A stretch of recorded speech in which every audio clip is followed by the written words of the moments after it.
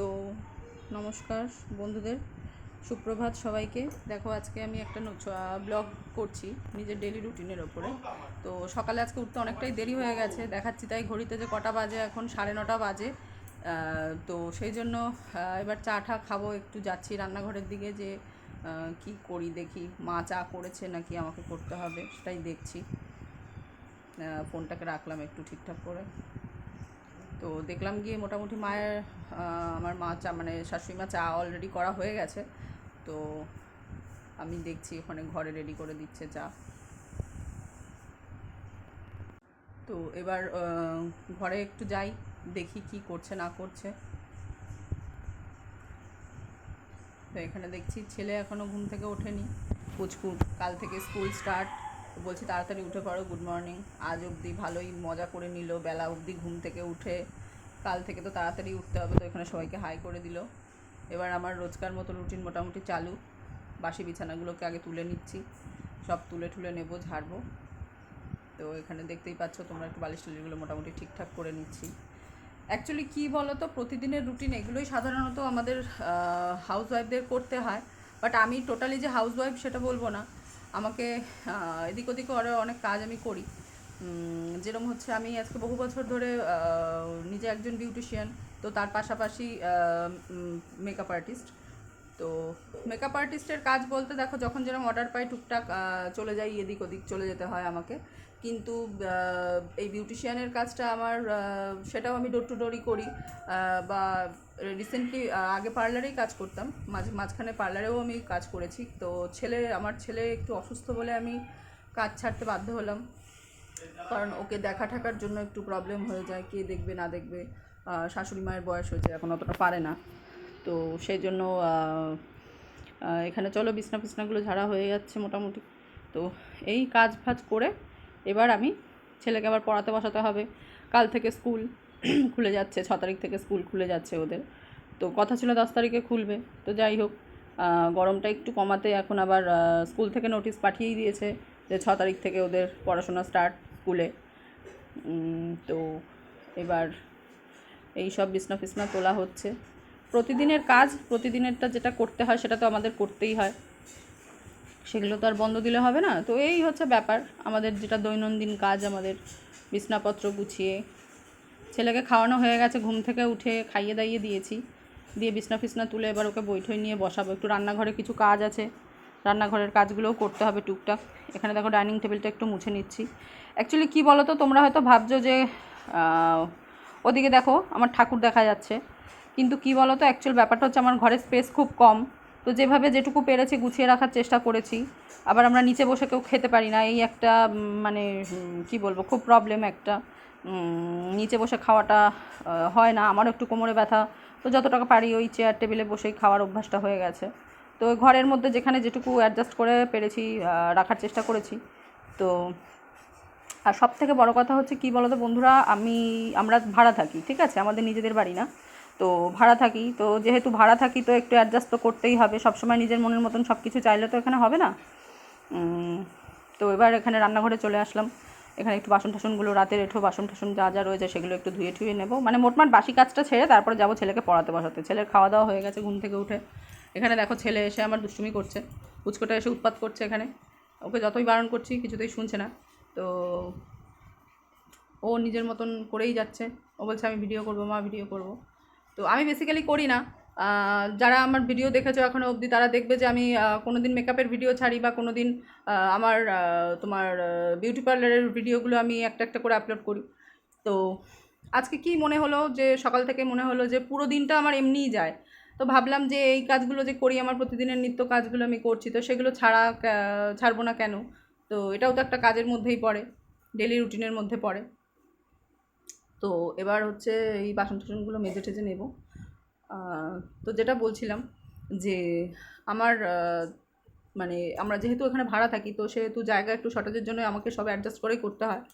তো ইচ্ছা আছে, স্বপ্ন আছে নিজের একটা বাড়ি ফাড়ি করা। জানি না ভগবান কবে সেটা, সেই স্বপ্ন আমার পূরণ করবে। তো যতটা পারছি চেষ্টা করে যাচ্ছি সেই পথেই এগোনোর। তো আর হচ্ছে ব্যাপার, আমার এখন বলতে পারো ফুললি টাইমটা ছেলের পেছনেই যায়। কারণ আমি বাইরে যা কাজ করতাম সে কাজগুলো এখন টুকটাক যতটা পারছি, যে বাড়িতে যতটা সময় পাচ্ছি এখন ছেলেকেই সময়টা দিতে হচ্ছে। কারণ ছেলের কিছু অসুস্থতার কারণে আমি ছেলেকে বাড়িতে কারোর মানে ভরসায় রেখে যাওয়াটা, আমার ছেলের এমনই একটা প্রবলেম রয়েছে যে মানে শাশুড়ি মার বয়স হয়েছে এখন, ছেলেকে বাড়িতে একা রেখে যাওয়াটা যাচ্ছে না।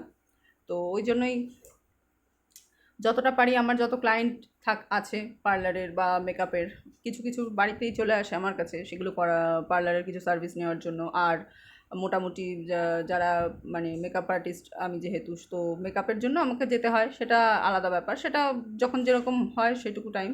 এবার দেখো এখানে আমি মোটামুটি ওকে পড়তে বসিয়ে দিয়েছি, কাল থেকে স্কুল খুলবে। ওকে বলছি পড়, গরমের ছুটিতে খুব আনন্দ করেছে, একদম পড়েনি, খুব দুষ্টু, ভীষণ দুষ্টু, পড়াশোনা তো একদম করে না। তো বলতে বলতে মুখ ব্যথা হয়ে যায় আমার, যে পড় রে। তো বাচ্চা হলে যা হয়, আমরাও ছোট ছিলাম, আমরাও ফাঁকি দিয়েছি পড়াশোনায়। আর সেই কি আর বলবো, তাও তো আমার মা ছিল না বন্ধুরা, তোমাদের কি বলবো। যাই হোক, আমার ছেলেকে দেখছো এখন, আমার ছেলের এই 6 বছর বয়স। তো যাই হোক, কি বলবো আমি, মানে কথা খুঁজে পাচ্ছি না অ্যাকচুয়ালি, নিজের কথাটা হট করে বলে ফেললাম। তো আমি ছোটো থেকে মা ছাড়াই মানুষ হয়েছি, আমার 4 বছর বয়স থেকে আমার মা নেই। তো অনেক কষ্টেই মানুষ বলতে পারো এক প্রকার বড় হয়ে গেছি। মা ছাড়া বড় হওয়া, তো যাদের মা নেই তারাই জানবে। তো এখানে আমি কোনো সিম্প্যাথি কারোর নেওয়ার জন্য কথাগুলো বলছি না, বাই ডিফল্ট কথাগুলো বলেই ফেলছি। তো আর নিজের কথা না বলারই কী আছে, তোমাদের সাথেই তো শেয়ার করছি, তোমরা সবাই আমার শুভাকাঙ্ক্ষী, সবাই আমার বন্ধু। তো এই হচ্ছে ব্যাপার।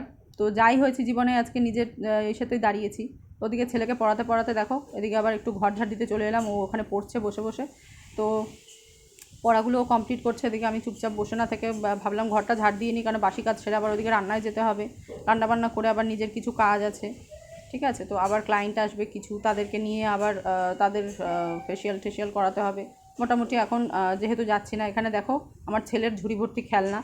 ঠিক আছে, খেলে তো না, খালি কিনে দাও, যা দেখবে রাস্তায় বেরোলে বায়না, এটা ওটা করে দাও। তো এই মোটামুটি ঘরটা ঝাড় দিচ্ছি, ঘরটার ঝাড় দেওয়া হয়ে গেলে আমার মোটামুটি আজকের মতন বাসি কাজ কমপ্লিট এখানে হয়েই যাবে।